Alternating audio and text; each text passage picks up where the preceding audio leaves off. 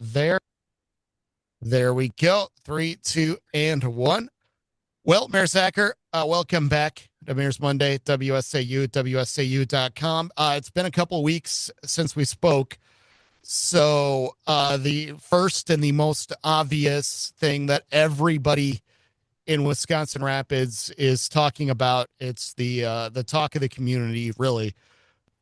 Uh, the Wisconsin Rapids Rafters are 3 weeks away from opening play. Are you Yeah. looking forward to this as much as everybody else? Oh, absolutely. I think they're doing some great things at the Rafters, changing up a few things to try to, do the great job that they always do for the community. So yeah, we always love when this season gets started and the excitement that goes along with it, and they do a great job in the community. I've always said it's an outdoor bar. Baseball at that level, yeah, it's a Yeah. game on the field, but it's an outdoor bar, and it's a Yep. good reason to get out for the night.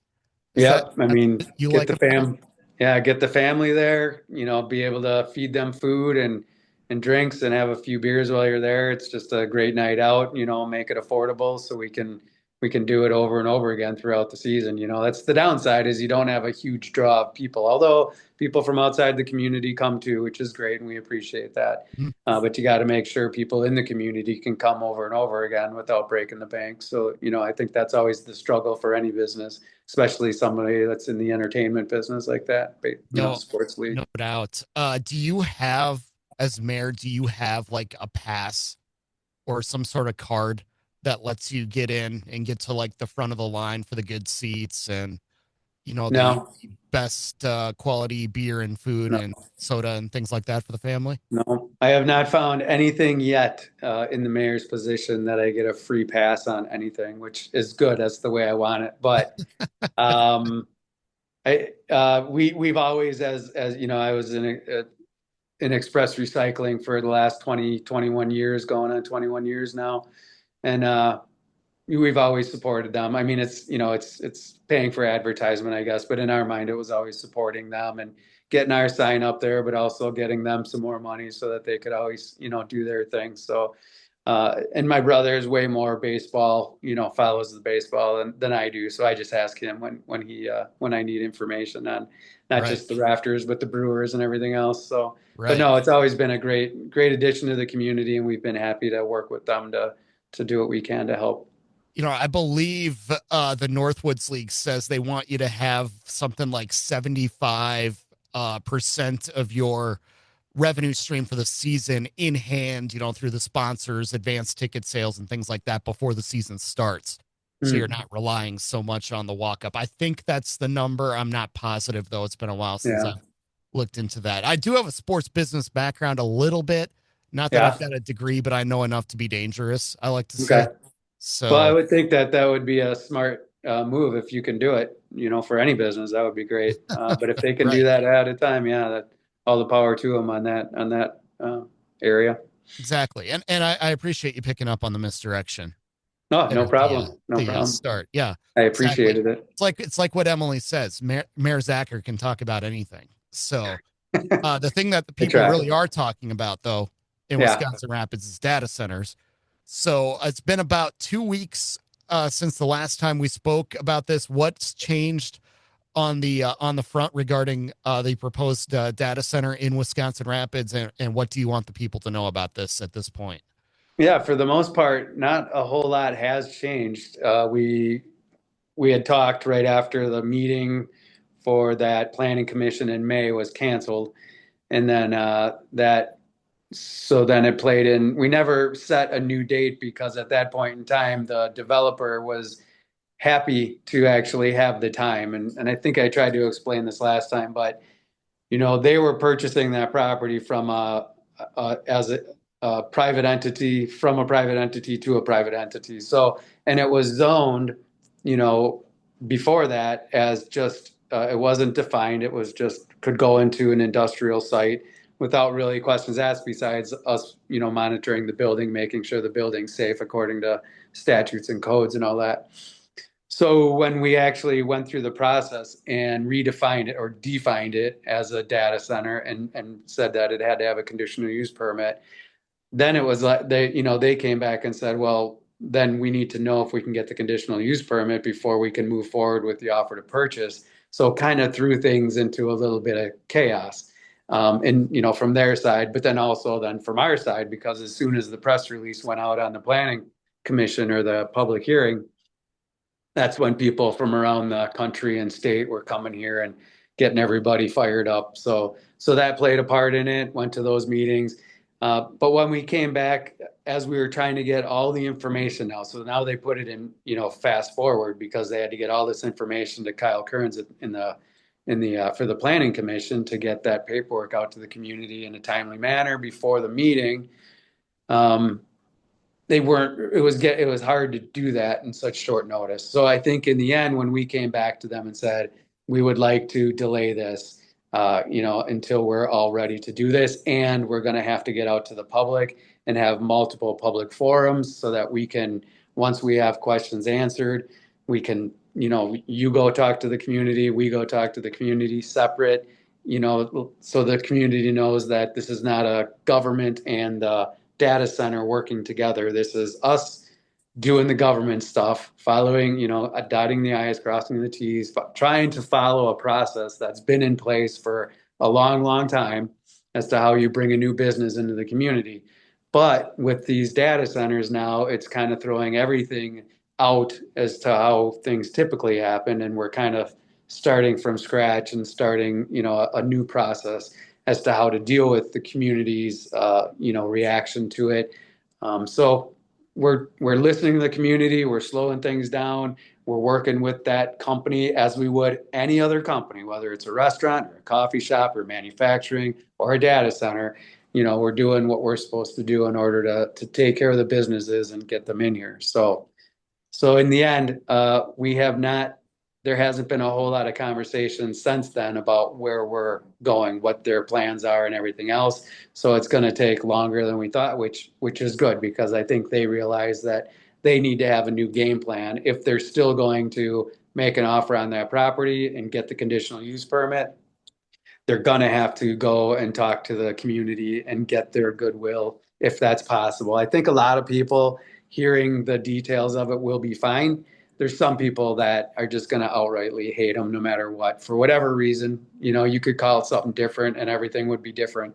But in the end, they're data centers and some people just hate them regardless. And there's tons of information out there to give people reasons why to hate them. So whether that's true or not, kind of remains to be seen in terms of how the data centers are performing and their impact on communities and the resources. I think the best way to put it is you've got one chance to get this right. So you want to make sure that you're as thorough and fair as possible to everybody involved. But at the same time, this is something that is so new and is evolving so quickly that you've got to take a step back and make sure that you're not only getting the right information out there, getting the accurate information out there to the people, but listening to those that have concerns. So that I think Right. if Right. if you put those two things together, it really adds up to the right way to do this is to kind of slow it down and Mhm. make sure that this company gets a little bit of a rapport with the community before you go and sign off on everything completely. Right. It's a bit of a sticky pickle because I know like some people who don't know how the government works and they're just making assumptions based on what they're reading and the negativity that people are throwing out on social media. We follow a certain set of guidelines. We don't just get to say willy-nilly, like you get to do business here and you don't get to do business. Like that's the whole point of the government, in my opinion, is to try to take the good old boys network out of it and say, these are the rules. You have to follow the rules. This is the process, follow the process. And then typically you can't just say, we don't like you, so therefore you can't come here. That's not typically how it works. And if we do go down that route and that's the way that we end up voting, it opens up a different can of worms that we'll have to deal with at that point in time. So for me now, I've just learned, like I have since I started this, one day at a time, do what I can do to make the process happen, make sure the people that I represent feel heard. And wherever the vote goes, and we deal with it accordingly. The next day is a new day, and we move forward. Yeah, you start picking winners and losers like that. I've got a feeling that the city's legal department, the legal team, is going to have a field day, and it won't be good. Yeah. I mean, there's a lot of things that are in place. Again, everybody wants to make it look like it's just me or me and the council or, and it's just not the way it goes ultimately. We're voting, in the end to say everything's been done according to the process, according to the law. We're voting to make allowing a business to come in. We just don't get to say willy-nilly, I don't like that business. Hmm. That's just not how this, and nor should it work that way, in my opinion, anyways. But Hmm. again, it's a little bit of the wild, wild west right now, and we're kind of adjusting as we go along to see how, things play out here. A couple more things before we let you go. I know the city is, like a lot of others, you're going to looking for ways to mark the 250th anniversary of the creation of this great experiment that is the United States of America. One thing that really caught my attention on your website is you're looking to recognize 250 random acts of kindness around the community. Tell us about this and what brought this on. Yeah, this was an idea from people in the organization that have been helping put the Rapids Riverside Freedom Fest on. And that, it's something we've always done, but we're trying to build it up, give it a name, kind of build some of that tradition in it that kind of makes it more, let's give it more effort and build it up so that the entire community can enjoy it. It's the 4th of July. It's the best holiday of the year. It's always been my favorite. So, Right. so maybe I'm biased a little bit, but I think everybody feels the same way. It's the middle of summer. It's nice out. It's a way to get together and just have fun, enjoy the fireworks and the community. So I think that's good. And what better way to promote that than 250 acts of kindness where, it's not like you can necessarily monitor it, super closely. It's pretty much just people writing into us on the website. You can go in under the search bar and type in, 250 acts of kindness, and it'll get you where you need to go, or give us a call here at the site and Emily can talk them through it. But for the most part, just letting us know what people are doing that are nice, what you're doing that's nice to each other. And really, that's what the community is all about. That's what the whole American experiment. I know we're not perfect, but in the end, Hmm. our goal ultimately is to be as equal as we can with each other and treat each other like good neighbors, good people. Always put God in front of everything else, and I think we, have a great society that we live in, and we're very fortunate to have it. So 250 years later, Hmm. yep, 250 acts of kindness. There may or may not be some jets flying down the river during this time. We still will never know for sure until they Right. actually do come or don't come. So, but some people did some really hard work. Sean Ryan actually to make that happen. Hmm. Emily Kent has helped with everything along the way. So she's just a great asset to the community. Hmm. Absolutely. And I love something like that where you're going to take the spotlight, put it on somebody, an average person who just did something, going about their day. Mhm. That those are the kind of things that we need to do more often, I would say. Yeah, I agree. I agree. Anything else before we let you go then, Mayor Zacher? No, I think I'm good. Again, just 4th of July is coming fast, so a lot of work on that right now. Hmm. We are becoming a Purple Heart city, so designated city. That's going to be on May 21st at the Elks Lodge, 7 o'clock. So anybody can come down to that.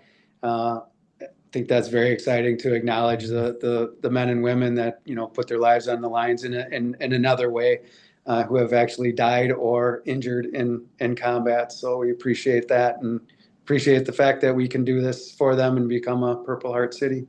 All right, awesome. Well, we always appreciate the time, Mayor Zacher. We'll look forward to chatting again next month. Yep, appreciate it. Thanks, Michael. Have a good day.